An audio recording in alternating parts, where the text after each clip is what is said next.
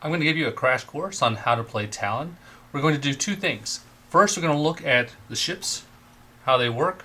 Then we're going to look at sequence of play, and then you'll be ready to go.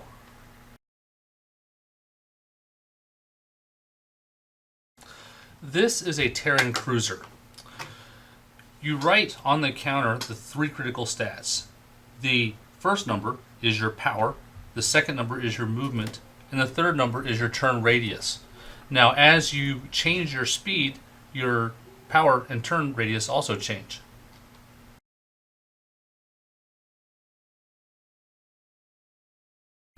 Nearly all ships start off moving at a speed of 3. You can change your speed once a turn. If you decrease your speed, for example, from 3 to 2, you have a new power and a new turn radius.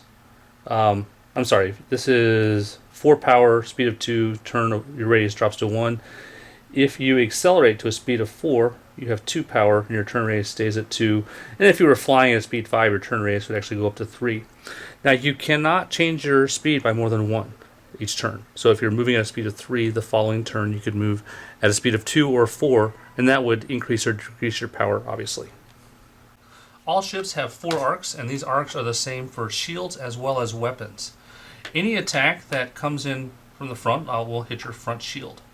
If you want to see what hexes that would be, if an attack came from any hexes around here, anything in that arc would be front. Your left side would have 2 hexes, 3 hexes, 4 hexes. The right is symmetrical, and the rear is symmetrical to the front. Now, if you look at your weapons, this torpedo only shoots to the front. These 2 phasers shoot front left and front right. So a target has to be in your firing arc to shoot. Every time a shield takes damage, you mark it off like that. And if all the shield is destroyed, then damage will start applying to the hull. Now, when you take hull damage, you look at the next box. If the next box right here has no marker, then your ship's performance hasn't changed. If we mark off this box and the next one is now -1, we now have 1 less power every time we reset our power. If you mark off a yellow box, and a yellowish-orange box, that means your ship is taking a critical hit, and you have to roll for critical damage. These are the charge boxes for your weapons. During your power phase, you will mark off either 1 red box, that's called passive charging during the power phase, or you can also mark off 1 yellow box for each weapon in the bank. Now, you're not going to mark off yellow boxes until all the red ones are marked, because you cannot actively charge red boxes. You can only actively charge yellow boxes. When you have power during your turn, you can charge your yellow boxes faster. But if you don't actively charge them, it'll take you, for these weapons, 1 turn for each box to charge them. Now, another feature that the Terrans have is they have batteries. You can use a power to charge up your battery, and then during an impulse when you normally would not get power, you can deplete that like this to claim a power. Now we're going to take a look at a Talon cruiser.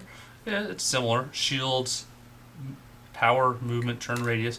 You see its turn radius is 1 less than the Terran. That means it's slightly more maneuverable. Now, because these have 2 weapons in each bank, when you're charging them, if you are passively charging during the power phase, you would still only do 1 red when you're charging a red.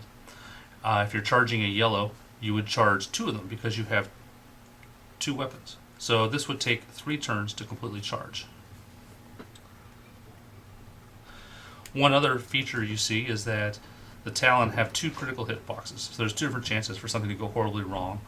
And instead of batteries, the Talons have afterburners. So if during one of the 6 impulses, when you are not scheduled to move, you can burn an afterburner, and then you can take a movement. Now we're going to discuss the sequence of play. In each game turn, there are 6 impulses followed by a power phase. Now, in each impulse, each player has their chance to take the impulse. Originally, the Talon player has initiative, so the Talon player takes the first part of the first initiative. In the first impulse, and in each impulse, the acting player will say, first, do I have power? If you have power, you can use that power. Second, do I have movement? If you do, you get to move. And third, can I shoot? And then you decide to shoot. After that, the other player takes the same 3 segments. You do that for all 6 impulses, and then at the end you do the power phase. During the power phase, you can increase or decrease your speed as long as you'll still have a positive or 0 power, and all your weapons passively charge, as we talked about. The impulse track shows during which impulses you will get either to move or get power, and that's based on your settings. Now at the beginning of the game, both ships have 3 power and 3 movement. So if you look at this, you'll know that both players will get a move and a power on in the B impulse. Both players will get a move and a power on the D impulse, and players always get a move or a power if they have any on the last F impulse.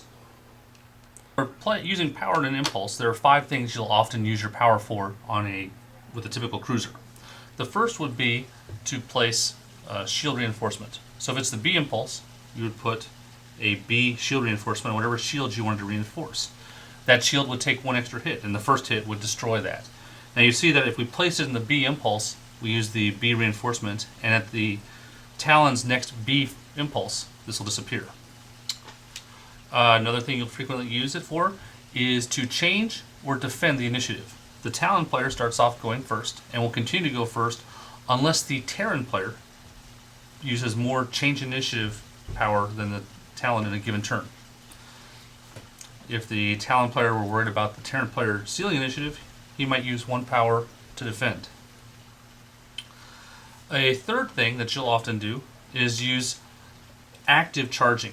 So if you have a weapon that's not charged, you can use 1 power to fill in 1 yellow box. And another thing you can do with it is to do a side slip. If you pay a power, you place a side slip marker on your ship, and then the next time that ship moves, you have the opportunity, but not the requirement, to move. Instead of moving directly forward, you move forward left or forward right. Now the last thing you'll frequently use is what's called a power turn. You normally have a turn radius of 1 with the ship. So if it doesn't have a turn marker, it can turn anytime it wants. So when you're moving, you move. If you want to turn, you turn first and then move. But if you turn, you have to place a turn marker. So with a turn radius of 1, this means that the ship cannot turn again until it has moved another hex. So if it's the next time it wanted to move, it couldn't turn. It would have to go straight ahead. Now you can use a power to reduce this by 1. So if this is at a range, it has to move 1 more before turning, you spend the 1 power for a power turn, that disappears, and now that is able to turn again. So quick review on movement. The 3 ways you can move. You can always move directly ahead. If you do not have a turn marker on you, so if there's no turn marker, then you can rotate 60 degrees first, then move, and you then get a turn marker. And the last way you can move is if you have a side slip marker. You can move diagonally, or you can move straight ahead, but no matter which way you move, you'll lose that marker. Now we're going to show you what happens when a Talon cruiser does an alpha strike alpha strike meaning firing all its weapons at a Terran cruiser. In this case, he's firing at a reinforced side shield at a range of 2 hexes. Looking at the chart, 2 hexes is the optimal range for the Talon disruptors, and it hits on a 2 to 6. There are 2 banks of disruptors. There's the left bank and the right bank, and each bank can shoot forward or in their respective arcs. When you fire a weapon, the first thing you do is you erase the power bar. That allows me to fire both disruptors. You fire them 1 at a time, and you can fire at different targets. So I want to assume these all hit. So we roll a 4 and a 5. They both hit. Each disruptor does 2 damage. The first damage removes that reinforcement. The second damage destroys a shield. The third and the fourth also knock down shields. After seeing the result of that, we decide we want to fire the other disruptors. 2 disruptors fire. Again, let's assume they all hit to show what happens. Each disruptor does 2 damage, 4 total hits, 2 shields destroyed, and 2 hull damage. 1, 2. Now we see that there's a -1 showing there for the Terran cruiser, and what that means is during the next power phase, whatever power you expect him to have based on his speed, he'll have 1 power less available. Now the Terran weapons are pretty similar to the Talons. The torpedoes operate like disruptors. Either they hit or they miss, whereas disruptors do 2, a torpedo does 4. The phasers are best at range 1 or 2. They always do some damage at a range of 1 or 2. They rarely do anything at a range of 3.